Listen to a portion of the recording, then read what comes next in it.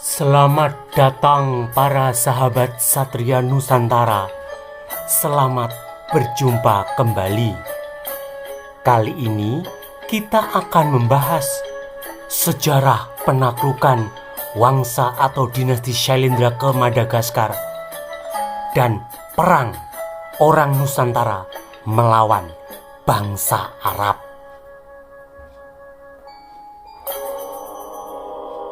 Kerajaan Medang atau Mataram pada masa kekuasaan dinasti atau Wangsa Syailendra mencapai kejayaan dan masa keemasan sejak diperintah Rakai Panaraban atau Rakai Panunggalan atau Sanggrama Dananjaya Dharanindra.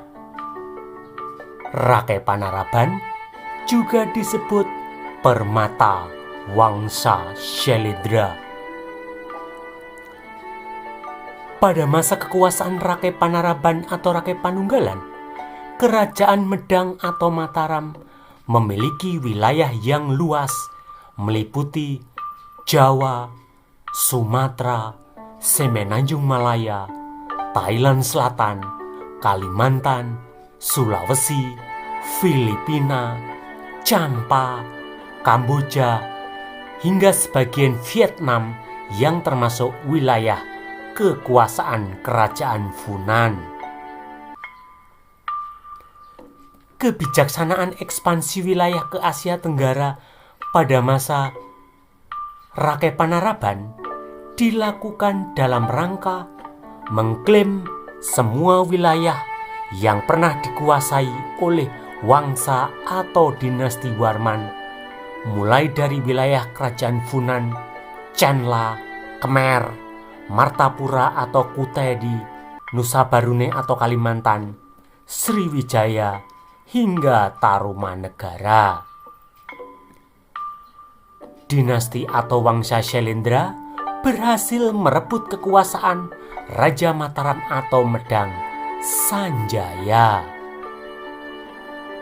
Kebijaksanaan ekspansi wilayah kekuasaan atau penaklukan ke Semenanjung Malaya, Thailand hingga Indochina dilakukan Sanggrama Dananjaya Dharanindra antara tahun Saka 697 atau tahun 775 Masehi hingga tahun 712 Saka atau tahun 790 Masehi.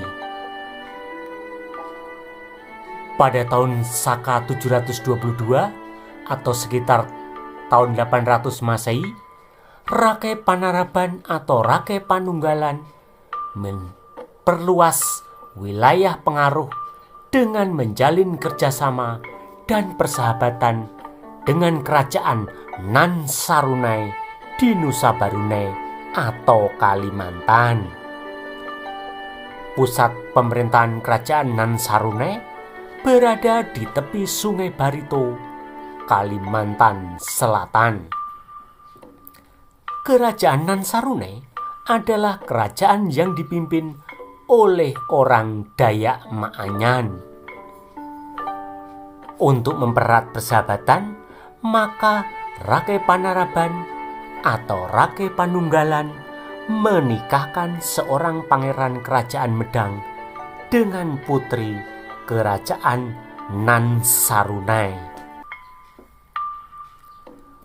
Pada tahun Saka 752 atau tahun 830 Masehi, masa pemerintahan Rakai Garung atau Samaratungga, Wangsa atau dinasti Syailendra yang berkuasa di Kerajaan Medang atau Mataram mulai membangun koloni atau pemukiman di Maladewa dan Madagaskar, Afrika. Bahkan para pelaut dari Wangsa Syailendra mencapai Tanjung Harapan di ujung benua Afrika.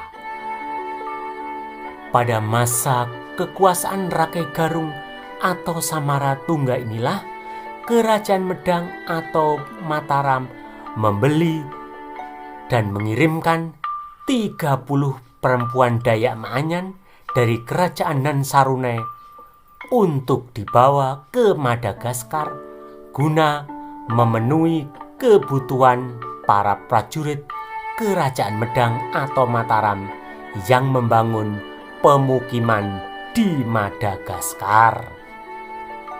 Orang-orang Medang kemudian membangun pemukiman di pesisir utara Mahajanga dan mendirikan kota Mahilaka di Ampasindawa, Madagaskar. Dari Madagaskar, orang-orang Medang kemudian menyebar ke kawasan sekitarnya seperti Kepulauan Komoro dan Chagos atau Pulau Fahy atau Pulau Weh di Samudra Hindia. Dari wilayah tersebut, mereka berdagang dengan kota-kota Swahili dan Bantu di pesisir Afrika Timur, di mana mereka menyebut wilayah itu dengan nama Janggi atau Zanj. Bantu adalah orang-orang penduduk asli Afrika yang berkulit hitam. Swahili adalah suku di Afrika yang sekarang mendiami negara Tanzania, Kenya, Uganda, Rwanda, Burundi, Kongo, Sudan, Zambia, Malawi, dan Mozambik. Para pedagang Arab menyebut para pelaut Mataram atau Medang dengan nama Zabak. Zabak adalah pengucapan untuk Jawa oleh para pedagang dan pelaut dari Arab.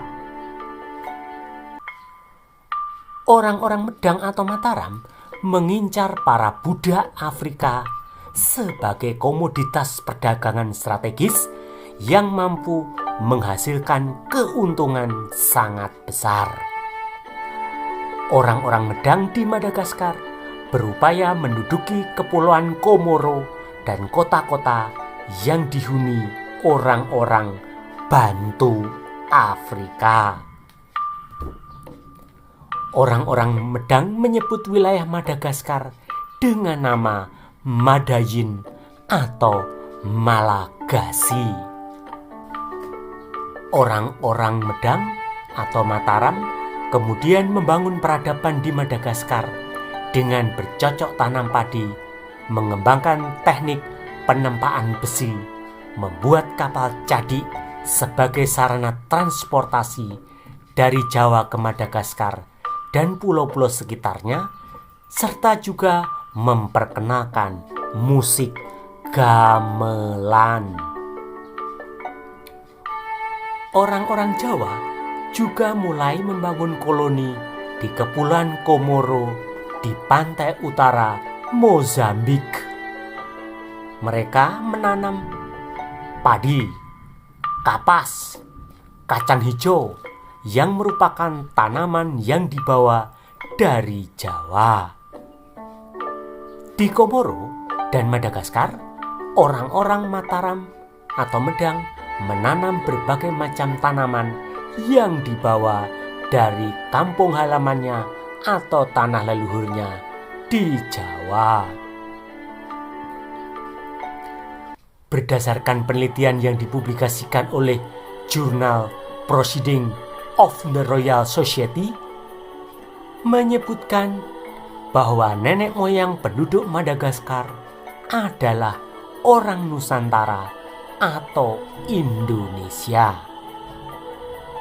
Para peneliti meyakini mereka bermigrasi ke Madagaskar sekitar 1200 tahun lalu atau pada abad ke-9 Masehi.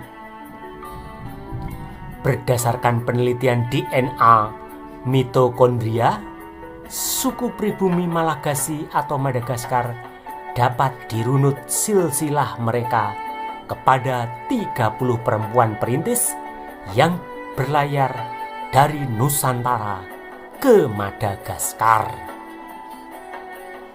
Bahasa Malagasy memiliki sejumlah kata serapan dari bahasa Sanskerta yang mengalami modifikasi melalui bahasa Jawa dan bahasa Melayu.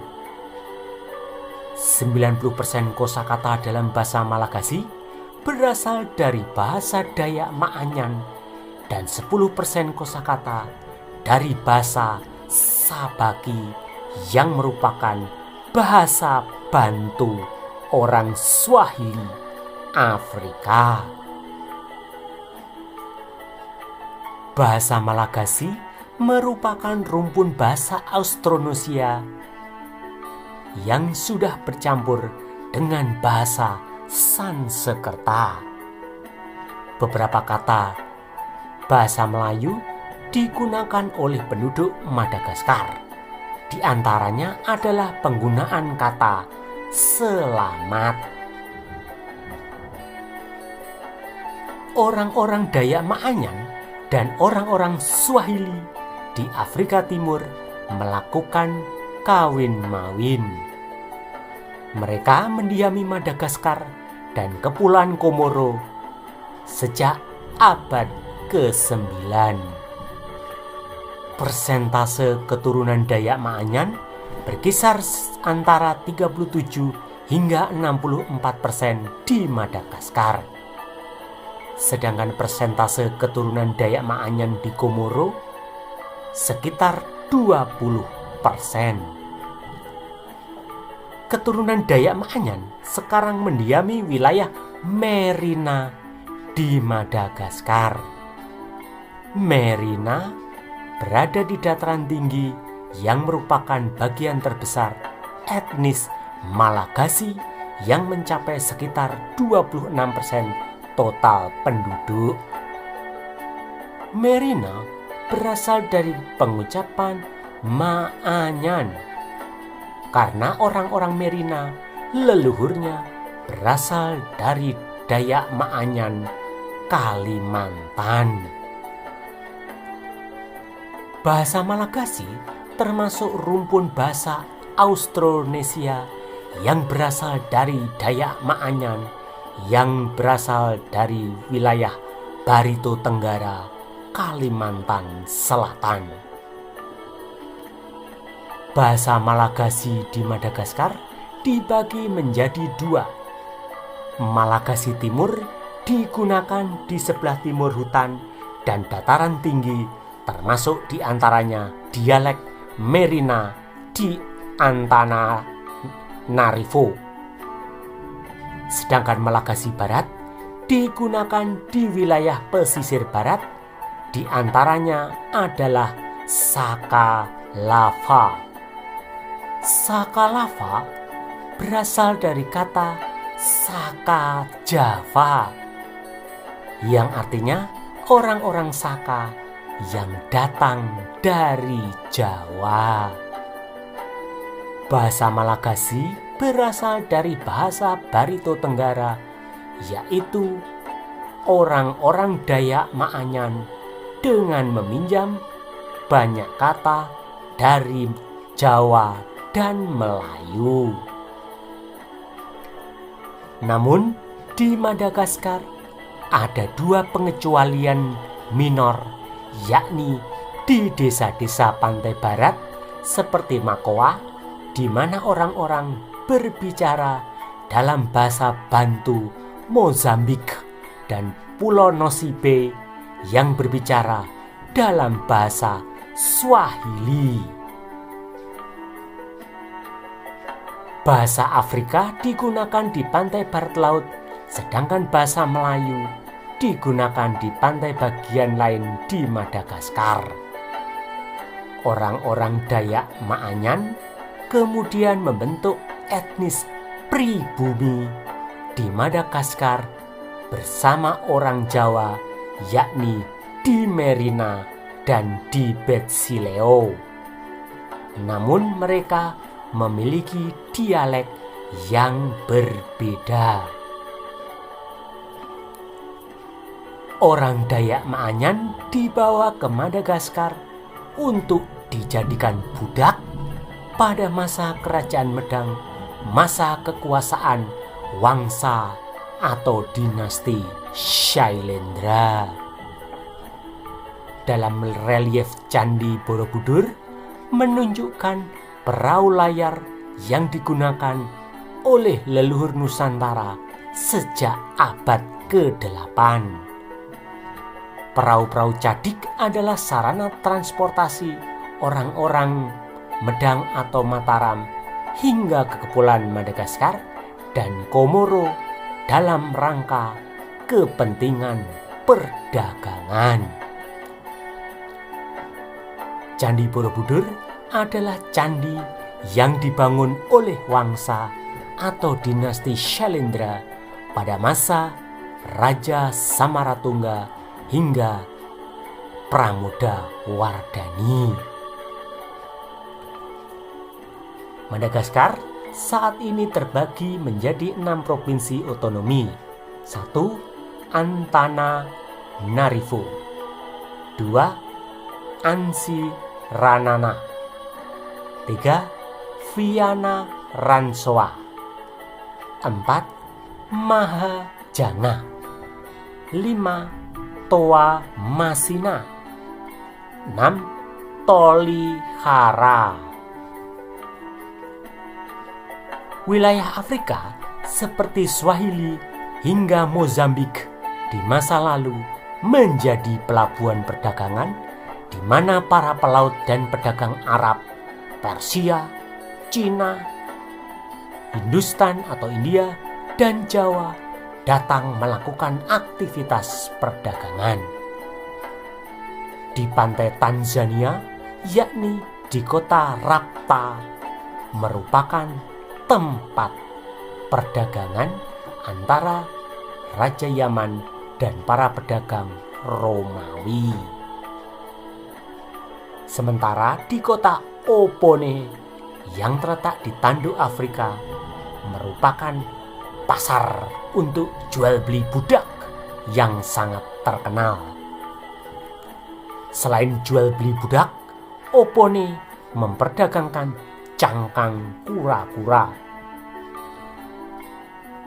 Budak Afrika kebanyakan berasal dari pantai selatan dan pantai timur Afrika. Para budak yang berasal dari Afrika Timur dan pantai selatan Afrika disebut Janggi atau Zanj. Janggi atau Zanj sekarang disebut Zanzibar.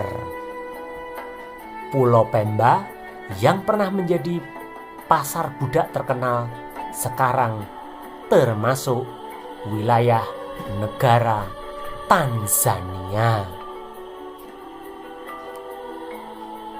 Al-Jahiz atau Abu Usman Amir bin Bahar Al-Kinani Al-Basri yang hidup antara tahun 781 hingga 869 adalah seorang cendekiawan Afrika Arab yang berasal dari Afrika Timur. Ia mencatat pasar budak tersebar dari Oman hingga Hanbalu atau Pemba di pantai timur Afrika. Perdagangan budak ini berlangsung hingga tahun 868 dan berakhir setelah terjadi pemberontakan para budak Afrika. Selain itu, Pemba juga memperdagangkan gading gajah. Orang Jawa menyebut budak Afrika sebagai jenggi. Orang-orang Medang atau Mataram menguasai jalur-jalur perdagangan di Samudra Hindia seperti Pulau Maladewa, Chagos, dan Komoro hingga pantai selatan dan pantai timur Afrika. Di Maladewa, orang-orang Jawa juga mengembangkan cara bercocok tanam dan membuat perahu.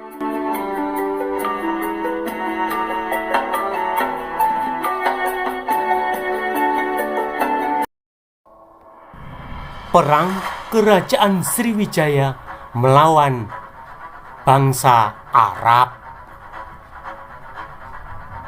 Pada tahun 945, Raja Sri Udayaditya Warman dari kerajaan Sriwijaya mengadakan ekspedisi militer ke Selat Mozambik di Afrika Timur sebagai upaya merebut kembali dan menancapkan hegemoni Wangsa atau dinasti Syailendra di Kepulauan Komoro dan pantai timur Afrika yang telah direbut oleh bangsa Arab atau Kekhalifahan Abbasiyah.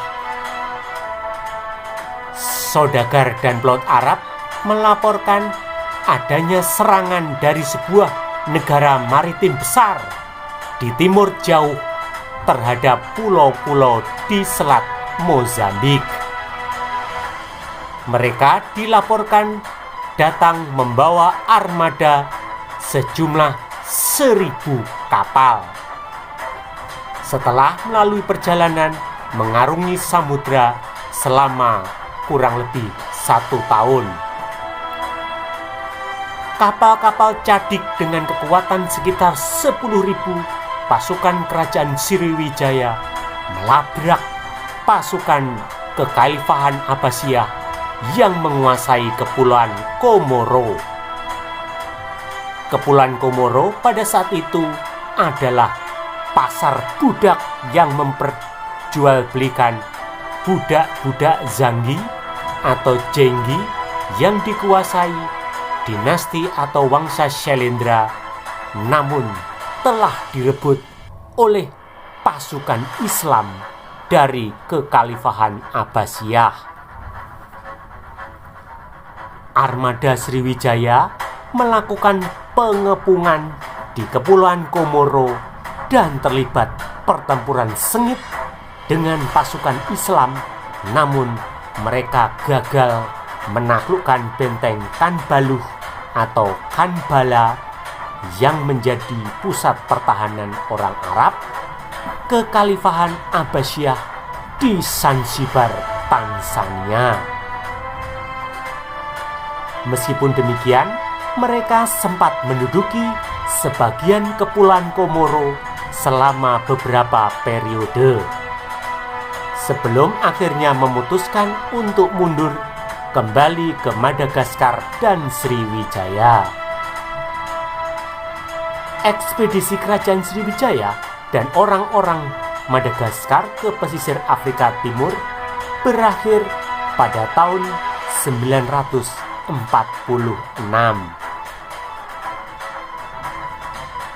Al-Hasan Ibnu Abdullah Sirafi atau Al-Sirafi, seorang intelektual Iran yang hidup antara tahun 893 hingga 979, menulis bahwa pada tahun 945 orang Wak-Wak atau Jawa membawa ribuan pasukan dengan 1.000-an kapal berupaya merebut pasar budak dan menyerang Kanbalu atau Pemba, namun mengalami kegagalan.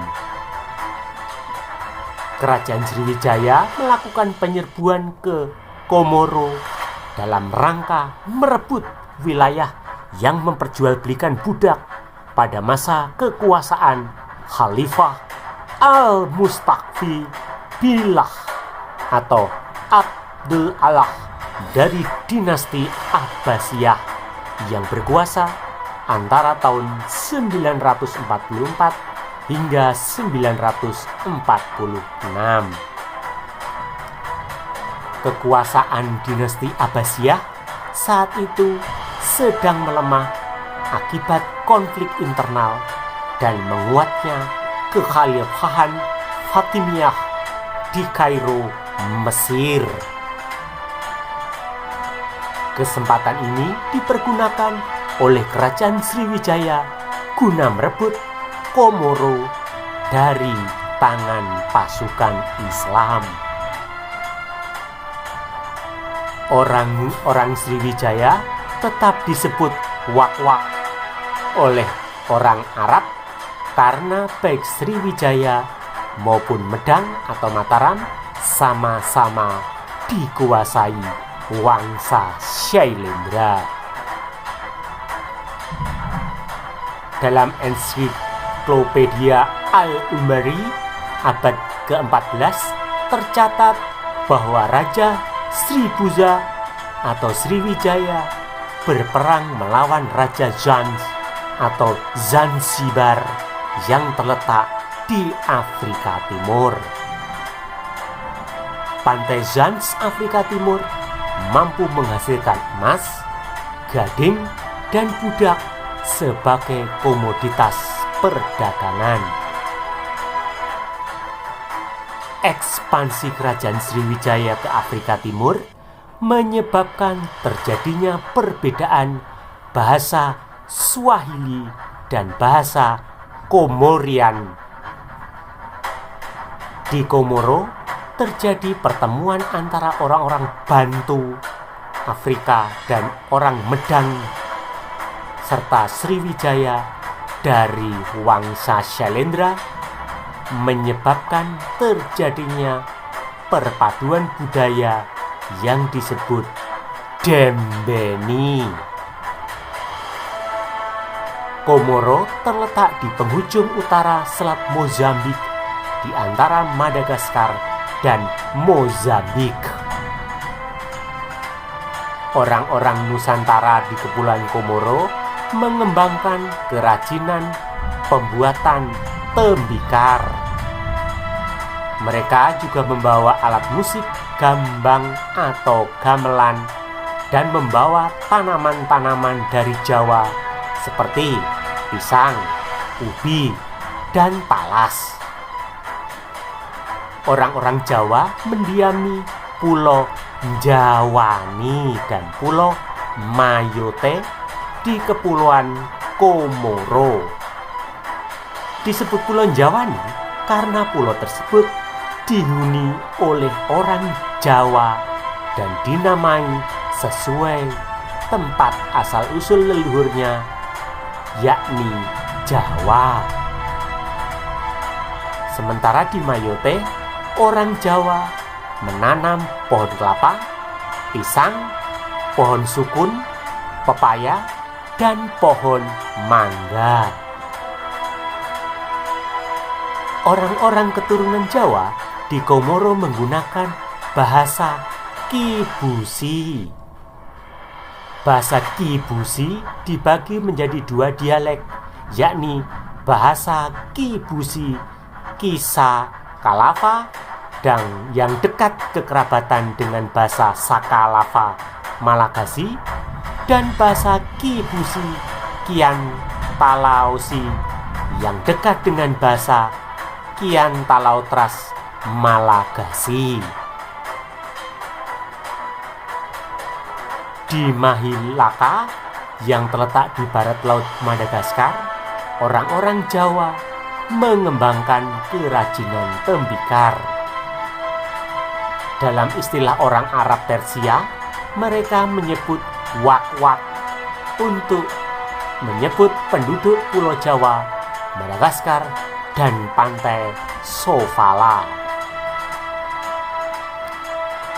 Sejarawan Al-Biruni pada tahun 1030 mencatat pedagang Arab dan penduduk Afrika Timur bermigrasi ke Kepulauan Komoro dan pantai Madagaskar, di mana orang-orang Jawa sudah menetap di tempat tersebut lebih dari 2 abad. Mereka membangun kota Foemar di timur laut Madagaskar dan mengembangkan tanaman padi. Setelah kota Mahilaka di Madagaskar mengalami kemunduran, kota Langani tumbuh menjadi pasar budak.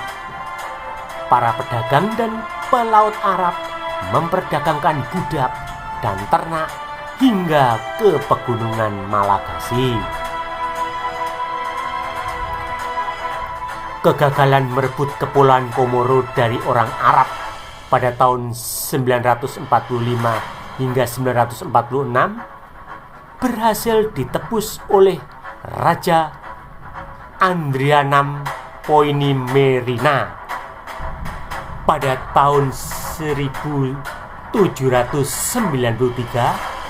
Raja Madagaskar Andrianam Poinimerina memimpin pasukannya menyerang Kepulauan Komoro dan mengalahkan pasukan Islam.